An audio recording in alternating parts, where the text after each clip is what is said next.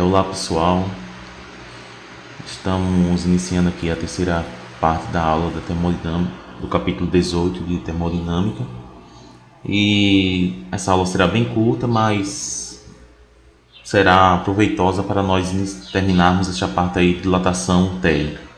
Bom, então nessa terceira parte do vídeo nós iremos nos restringir à dilatação volumétrica, que trata, como o nome sugere, a uma dilatação que acontece nas três dimensões de um sólido ou de um cubo. Então, se você tiver um objeto dimensional qualquer, se todas as dimensões aumentam, então seu volume também deverá aumentar. Ok? Um ponto importante em relação à dilatação volumétrica é a questão dos líquidos. Na dilatação dos líquidos, só faz sentido você falar em dilatação volumétrica. Você nunca fala em dilatação linear ou superficial de um líquido. Inclusive, no final da aula, faremos um exemplo que trata a respeito de uma dilatação volumétrica de um líquido, ok? Bom, então eu fiz uma pequena ilustração aqui, onde você tem aqui inicialmente um cubo que tem um volume V0. Aí só lembrando um pouquinho de geometria espacial, você calcula o volume de um cubo através do produto entre as três arestas. Como em um cubo as três arestas têm o mesmo tamanho, então o volume do cubo seria o tamanho da aresta elevado ao cubo, tá? Então, quando esse cubo sofre uma variação de temperatura positiva, ele acaba aumentando, obviamente, e o volume final seria um volume maior, e o ΔV, que é a dilatação volumétrica, seria a diferença entre o volume final e o volume inicial. Bom, mas como é que nós podemos fazer para calcular essa dilatação volumétrica? Existe uma equação que rege, ou que nós podemos utilizar para calcular essa dilatação volumétrica, que é dada por esta equação aqui, que é uma equação que mostra que a dilatação volumétrica é proporcional ao volume inicial. Também é proporcional à variação de temperatura, significa que quanto maior for a variação de temperatura, maior vai ser a dilatação volumétrica. E a constante de proporcionalidade é esse gama aqui, que é chamado de coeficiente de dilatação volumétrica, que eu vou falar mais abaixo sobre ele, descrever.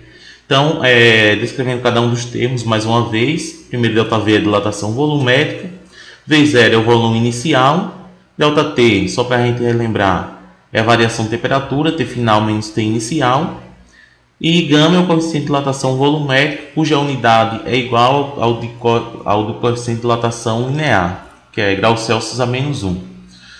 Bom, existe uma relação entre o coeficiente de dilatação volumétrica e o coeficiente de dilatação linear, que é γ igual a 3α. Em algumas situações, em um sólido, por exemplo, você tem o coeficiente de dilatação linear, mas é fácil você calcular o coeficiente de dilatação volumétrica, que é só você multiplicar por 3. Bom, eu coloquei aqui uma situação bem interessante, que é a questão da água. Tá? A água, apesar de ser o líquido que nós mais conhecemos, o comportamento dela é um comportamento um pouco distinto dos outros materiais, tanto de sólidos como de líquido também. Esse comportamento distinto é conhecido como anomalia da água, então eu gostaria que vocês fizessem um pequeno resumo acerca de seu comportamento, discorrendo no contexto da dilatação volumétrica, tá? Então, um comportamento bem interessante da água que vocês vão com certeza achar bem incrível, ok? Então, para finalizar nossa aula, nós vamos fazer esse pequeno exemplo 18.2.